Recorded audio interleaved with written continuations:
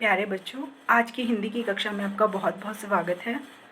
बच्चों, आज हम व्याकरण का एक ऐसा टॉपिक करेंगे जो कि 6वीं से लेके 8वीं तीनों ही कक्षाओं के सिलेबस का हिस्सा है। जिस तरह से मेरा नाम मधु है, उस तरह से आपका भी कोई ना कोई नाम होगा। किसी का युवराज, किसी का गगन, किसी का अनु, किसी का अंजू। इन्हीं नामों को व्याकरण में क्या नाम दिया गया है? संज्ञा। संज्ञा सबसे पहले हमें समझना है कि संज्ञा कहते किसे हैं, फिर उसके बाद उसके भेदों के बारे में जानेंगे। सबसे पहले जानेंगे कि संज्ञा कहते किसे हैं और इसकी परिभाषा क्या है। संज्ञा की क्या परिभाषा है? किसी व्यक्ति, वस्तु, स्थान या भाव के नाम को संज्ञा कहते हैं। किसी व्यक्ति, वस्तु, स्थान या भाव के नाम को संज्ञा कहते हैं। व्यक्ति यानी कि पर्सन, किसी भी पर्सन का नाम, वो नाम मेरा भी हो सकता है, आपका भी हो सकता है और किसी का भी हो सकता है। ठीक है। वस्तु, वस्तु यानी कि कोई भी चीज़ हो सकती है, निर्जीव चीज़ हो सकती है, जैसे कि कुर्सी, मेज़, पतंग, है ना। और स्थान जैसे कि अमृतसर, सैंसरा। ठीक है। और भाव, भाव यानी कि भाव वो होते हैं कि जो हमें कभी भी दिखाई नहीं देते, हमेशा उन भावों को हम महसूस करते हैं, जैसे कि खुशी, मिठास, सर्दी, गर्मी, बचपन, बुढ़ापा। इनका क्या है? ये क्या है? ये भाव होते हैं जो कि हमें दिखाई नहीं देते, सिर्फ हम इन चीज़ों को क्या है, महसूस करते हैं। आगे हम बात करते हैं संज्ञा के भेदों की। संज्ञा के 3 भेद होते हैं: व्यक्तिवाचक संज्ञा, जातिवाचक संज्ञा और भाववाचक संज्ञा। सबसे पहले बात करते हैं व्यक्तिवाचक संज्ञा। व्यक्तिवाचक संज्ञा कहते किसे हैं? जिस शब्द से किसी विशेष व्यक्ति, स्थान या वस्तु का बोध हो, उसे व्यक्तिवाचक संज्ञा कहते हैं। ध्यान से सुनिए इसकी परिभाषा। जिस शब्द से किसी विशेष व्यक्ति, स्थान या किसी वस्तु का बोध हो, उसे संज्ञा कहते हैं। उदाहरण से बहुत सारे उदाहरण लेते हैं। जैसे हम उदाहरण की बात करते हैं कि नरेंद्र मोदी भारत के प्रधानमंत्री हैं। जो नरेंद्र मोदी हैं, एक अपने आप में एक व्यक्ति विशेष हैं। उनके जैसे भगवान ने कोई दूसरा नहीं बनाया। ठीक है। जैसे आपका नाम अनु है या अंजू है, आपके जैसा कोई पर्सन और दुनिया में नहीं बनाया, तो आप क्या है? व्यक्तिवाचक संज्ञा। नरेंद्र मोदी क्या है? व्यक्तिवाचक संज्ञा। ठीक है। तिरंगा, तिरंगा भारत की शान है, तो तिरंगा शब्द क्या हुआ? व्यक्तिवाचक संज्ञा। तिरंगे के समान कोई और दूसरा नहीं है, विशेष है अपनी जगह पर वो। ताजमहल आगरा में स्थित है।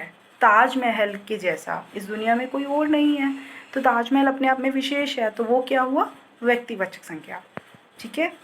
उसके बाद स्थान की बात करते हैं, जैसे कि अमृतसर। अमृतसर जैसा कोई शहर इस दुनिया में और कोई नहीं है, तो वो क्या हुआ? व्यक्तिवाचक संज्ञा। ठीक है।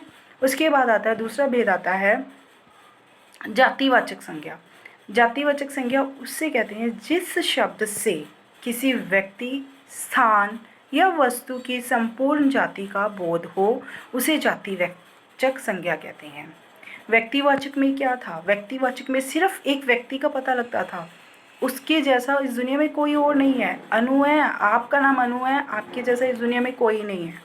ठीक है। आप व्यक्तिवाचक संज्ञा है। जब हम बात करते हैं कि विद्यार्थी, कक्षा में छात्र, आपके जैसा और भी छात्र हैं ना कक्षा में, तो वो क्या हुए? जातिवाचक संज्ञा।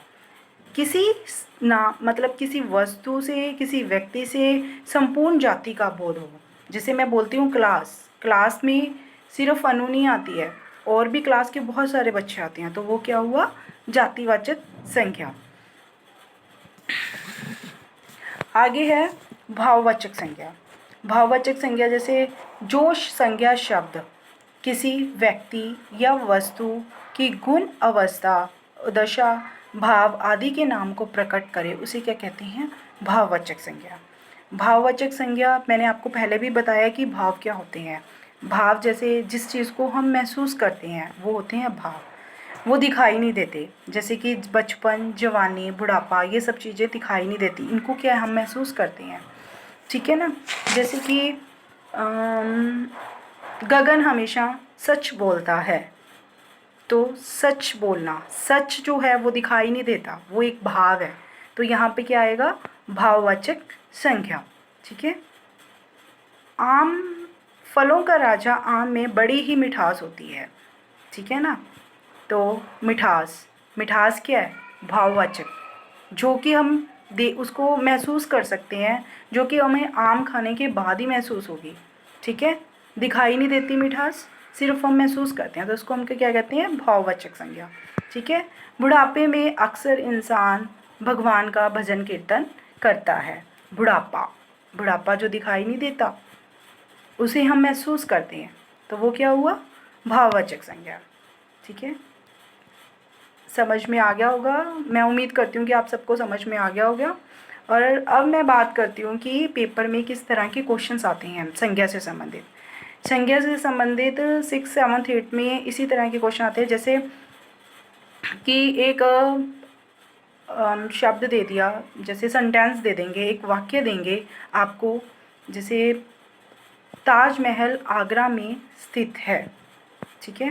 ताजमहल आगरा में स्थित है। निम्नलिखित वाक्य में कौन सी संज्ञा है। आपको संज्ञा के भेद के भेद बता देंगे, जैसे जातिवाचक संज्ञा, भाववाचक संज्ञा और व्यक्तिवाचक संज्ञा। तो आप क्या बताओगे, कौन सी संज्ञा, ताजमहल के नीचे अंडरलाइन कर देंगे, तो कौन सी संज्ञा ताजमहल में, व्यक्तिवाचक संज्ञा। इसी तरह से ये क्वेश्चन आते हैं, सेंटेंस दे देते हैं, उसमें एक वर्ड को अंडरलाइन करते हैं और उसमें पूछते हैं कि इसमें संज्ञा का कौन सा भेद छिपा हुआ है। ठीक है। उम्मीद करती हूँ बेटा आप सबको ये जो आज का व्याकरण का टॉपिक था वो समझ में आ गया होगा। Thank you.